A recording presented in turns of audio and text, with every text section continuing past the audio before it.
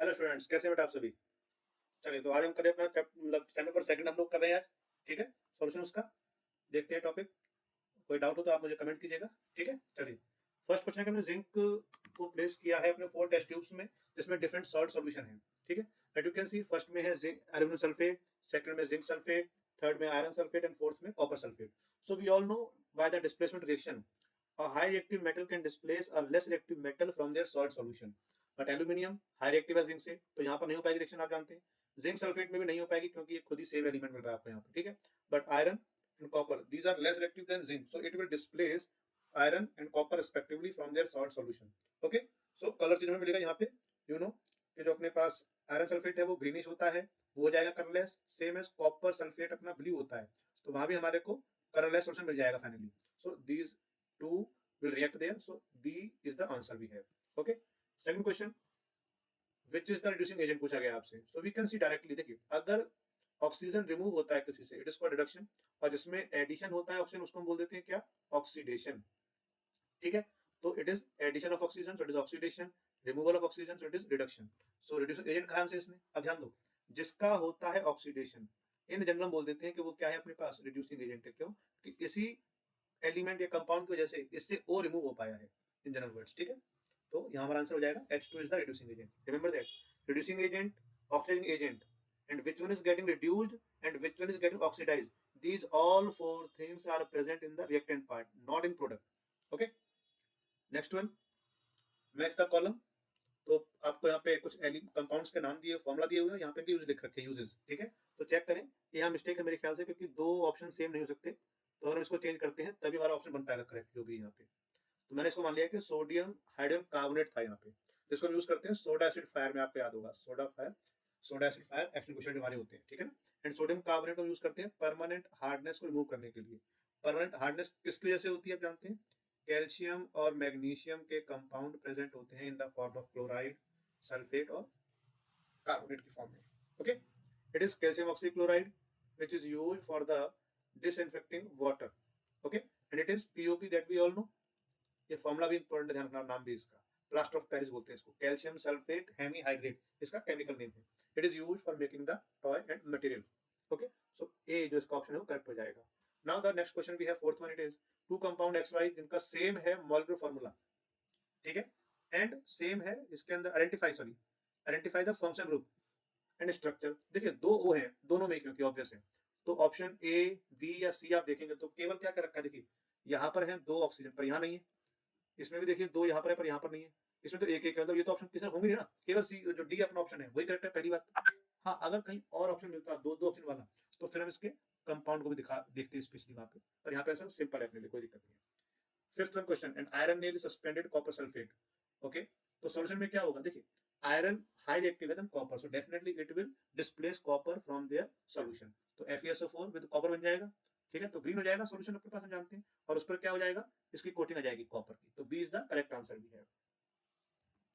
Next, alloy are homogeneous mixture that we all know, one metal with one more metal non metal simply. Okay, तो कहता है कि non metal किसमें present है alloy में, यहाँ पे देखना हमारे को, तो हम जानते हैं ब्रास में कॉपर और जिंक होता है, केवल अमलगम मेटल होता है, तो अपना क्या मतलब अलॉय जिसमें मेटल के साथ में हम अपना Hg यूज कर लेते हैं। स्टील में होता है आपका आयरन एंड कार्बन, और ब्रॉन्ज में होता है कॉपर एंड टिन, तो केवल कार्बन ही एक हमारे पास यहाँ पर दिखा है non metal, so B will be the answer there. Okay, which one of the following is not a liquid state. So take a look here, at 10 degree Celsius कह रहा है कि मतलब लिक्विड नहीं है, तो मतलब क्या है, सॉलिड है। बट अगर देखें 10 डिग्री पे हमारे पास अगर जो है ना, जैसे अपना ऑप्शन जो मिल रहे हैं वाले, वाटर, एथेनॉल, एसिड, सब क्या होते हैं, लिक्विड होते हैं। ग्लेशियल एसिटिक एसिड जो हमारे पास है इसका 16 डिग्री सेल्सियस होता है, कह सकते हैं freezing point.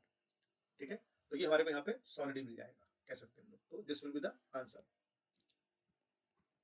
Next we have question number 17, in the following chemical reaction zinc is getting oxidized and copper is getting reduced। तो देखें ध्यान से, देखिए कॉपर ऑक्साइड से कॉपर बन रहा है, मतलब क्या हो रहा है, ऑक्सीजन रिमूव हो रहा है, ऑक्सीजन रिमूव होगा मींस रिडक्शन हो रहा है डेफिनेटली, और यहाँ पर जिंक में एडिशन ऑफ ऑक्सीजन हो रहा है, मतलब क्या हो गया, ऑक्सीडेशन, तो सही लिखा है इसने यहाँ पे। रीजन दे रहा है the process in which oxygen is added to a substance is called oxidation, whereas the process in which oxygen removed from the substance is called reduction। बिल्कुल सही है भाई, ए करेक्ट है, बी भी करेक्ट है, और जो रीजन है अपने पास वो क्या है, करेक्ट एक्सप्लेनेशन है, तो A will be the answer for us. Okay, 20 question. CFC होता है chlorofluorocarbon that depletes the ozone layer by reacting with them. Okay, reason दिया है कि भाई हम CFC को यूज करते हैं अपने रेफ्रिजरेटर के अंदर एंड फायर एक्सटिंग्विशर के अंदर, तो यस करेक्ट है ये भी, और इसका करेक्ट एक्सप्लेनेशन भी है डेफिनेटली। ओके, तो A will be the correct answer. The molecular formula of two alkynes that AB is given CxH2 and C3Hy respectively. Find the value of X and Y.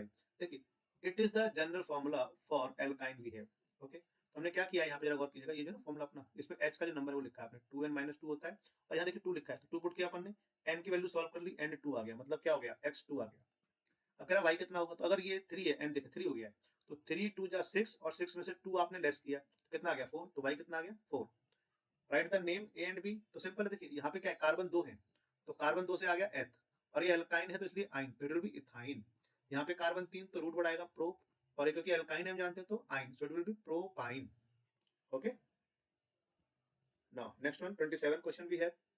इसमें क्या करा है, 3 elements हैं PQR, और chemical reaction दिखा रखी है आपको यहाँ पे। देखिए हम जानते हैं बाय द डिस्प्लेसमेंट रिएक्शन क्या होता है, only a high reactive metal can displace a less reactive metal from their salt solution.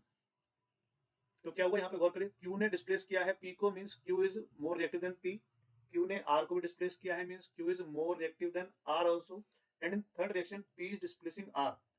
Okay, it means P is more reactive than R। तो तीनों को कंक्लूड करके हमें ये मिल जाता है भाई, Q is most reactive, P less than Q and R is the least reactive element here. तो पहला क्वेश्चन है मोस्ट रिएक्टिव एलिमेंट, तो Q है अपने पास, लीस्ट रिएक्टिव तो R हो गया, state the type of reaction, so it is, we know it is displacement reaction because a high reactive element is displacing a less reactive element there. Okay, okay, okay, ये question है अपने पास एक और, an iron ore is treated with a dilute hydrochloric acid and giving the smell like a rotten egg. rotten egg जो smell है ना हमारे को वो मिलती है H2S से, ध्यान रखना। ओके, तो what type of ore is this? अब सिंपल है, देखो अगर हम कह रहे हैं कि भाई रॉटन एग स्मेल है, तो वो H2S रहा है मतलब अपने पास, अगर वो H2S रहा है तो मतलब सल्फाइड रहा होगा, तो इट विल बी सल्फाइड और रहा होगा वो अपने पास जो रहा होगा, ठीक है ना।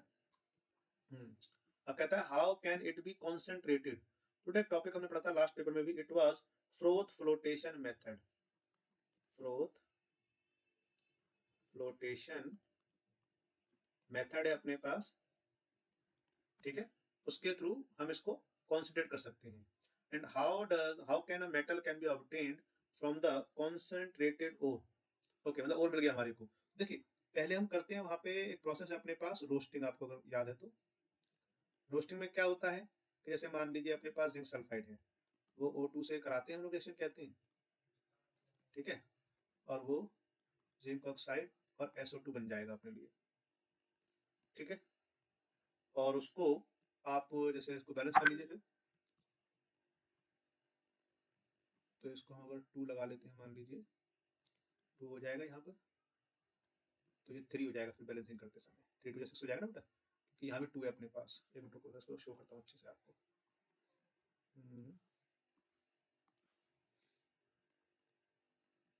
ठीक है, अब हम क्या करेंगे, इस जिंक ऑक्साइड को हम लोग कार्बन से ट्रीट कर सकते हैं, आप जानते हैं, तो क्या होगा, आपको जिंक विद CO मिल जाएगा, ठीक है, इस तरह इसको ऑब्टेन कर लेंगे डेफिनेटली। ना नेक्स्ट और में जो पार्ट दिया आपको यहाँ पे, name the metal which does not stick on the glass. देखिए स्टिक नहीं हो रहा है मतलब क्या है, फ्लो कर रहा है, तो वो mercury is the only metal we have which is liquid at room temperature, we know, so it is mercury. Name the non metal which is good conductor of electricity. देखिए कई बार इसमें ना बच्चे लिख देते हैं डायरेक्टली ग्रेफाइट, देखिए ग्रेफाइट नॉन मेटल नहीं है, ग्रेफाइट बना है नॉन मेटल से, तुम क्या बोलेंगे, carbon in the form of graphite is good conductor of electricity, we can say. Okay, next question third one, name the metal which is commonly used in thermite welding. देखिए thermite welding एक special हम कहते हैं reaction है जिसमें हम aluminium powder को use करते हैं एज अ रिड्यूसिंग एजेंट, और वो मैंगनीज और आयरन के लिए स्पेशली यूज करते हैं कहते हैं, ठीक है ना। So next fourth question, what gets deposited at the cathode, a pure और इम्प्योर मेटल। तो प्योर मेटल जो होता है बेटा वही डिपॉजिट होता है कैथोड पे, क्योंकि उसका अपोजिट चार्ज है, वहां पर नेगेटिवली चार्ज है कैथोड आपका, दैट्स व्हाई, ठीक है। What is the nature of zinc oxide, तो वी ऑल नो बेटा कि जिंक ऑक्साइड आपके पास है, या एक हमारे पास Al2O3 भी होता है हम कहते हैं, है ना, तो ये हमारे पास होते हैं एम्फोटेरिक ऑक्साइड। कैसे होते हैं, एम्फोटेरिक ऑक्साइड, ये क्या होते हैं? Those oxides which can react with acids as well as base. These are known as the amphoteric oxides. Or we can say they can act like an acid or base also. ये भी इसका होता है definition कह सकते हैं, ठीक है ना? Then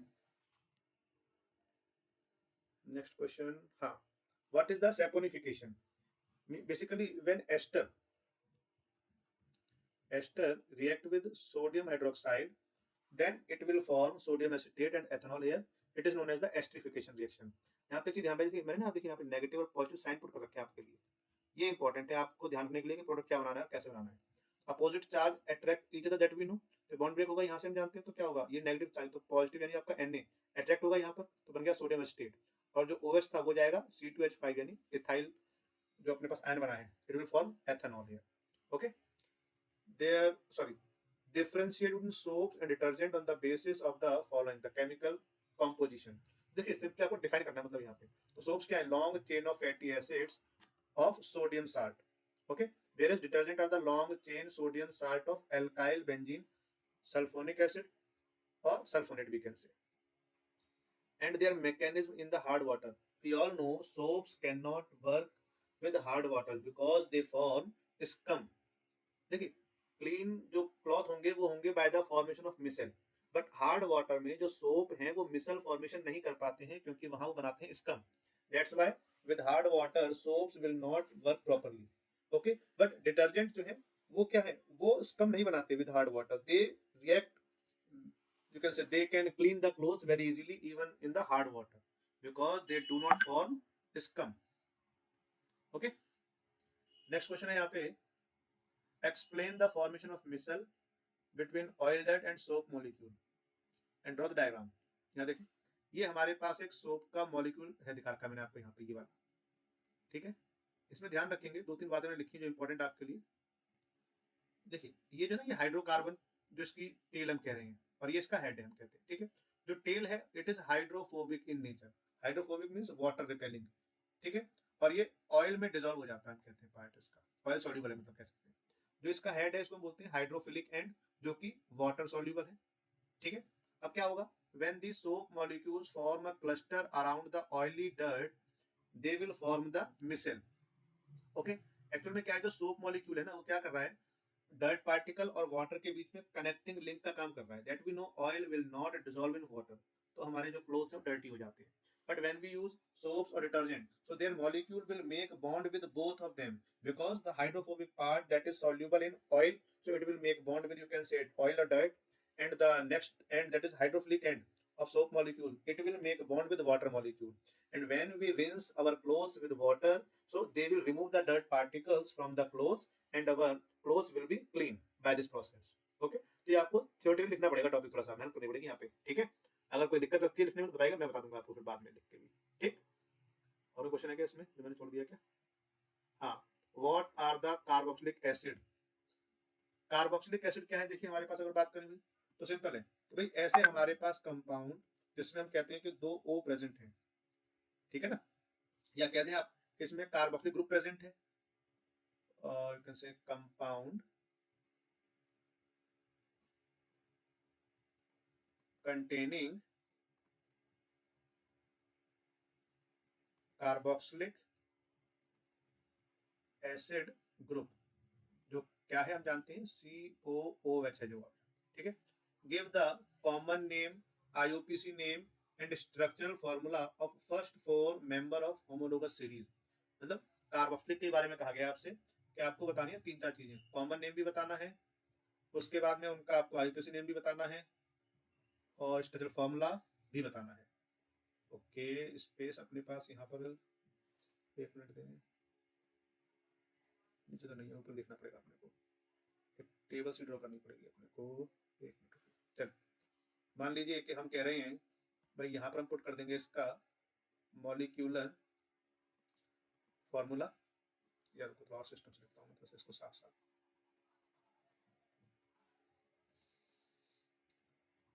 मॉलिक्यूलर फॉर्मूला हम पुट करने वाले हैं यहाँ पर, फिर उसके बाद में क्या कहा इसने हमसे, कॉमन नेम और स्ट्रक्चरल फॉर्मूला भी ना, तो स्ट्रक्चरल फॉर्मूला हम पुट करेंगे यहाँ पे, फिर हम पुट कर लेते हैं कॉमन नेम, और यहाँ पुट कर लेते हैं IUPAC नेम।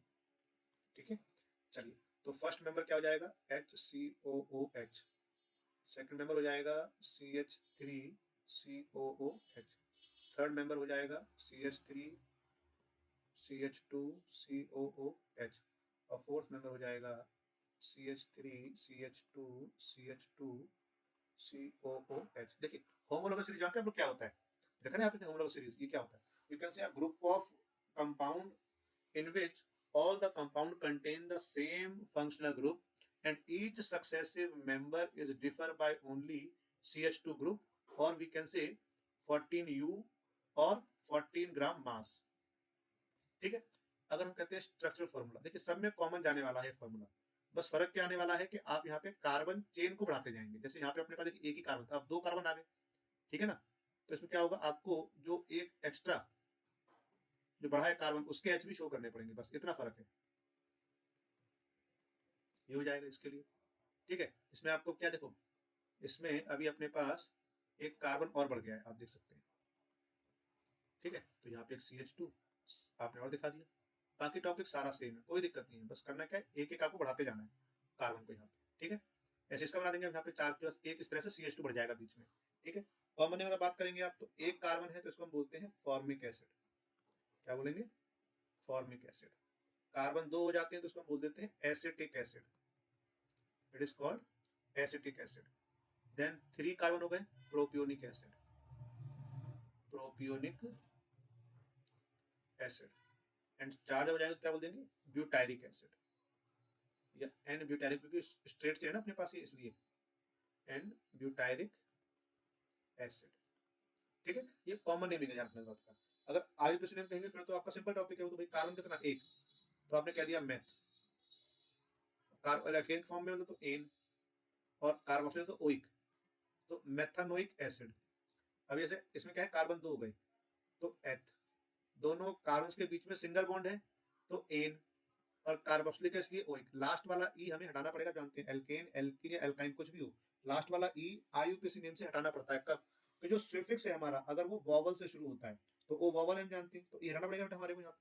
ठीक है, थर्ड वन, कार्बन 3 है तो प्रो, और बॉन्ड सिंगल तो एन, और कार्बोक्सिलिक है तो ओइक, और सभी में एसिड भी लिखे, ध्यान से इसको मिस ना कर दें आप लोग प्लीज।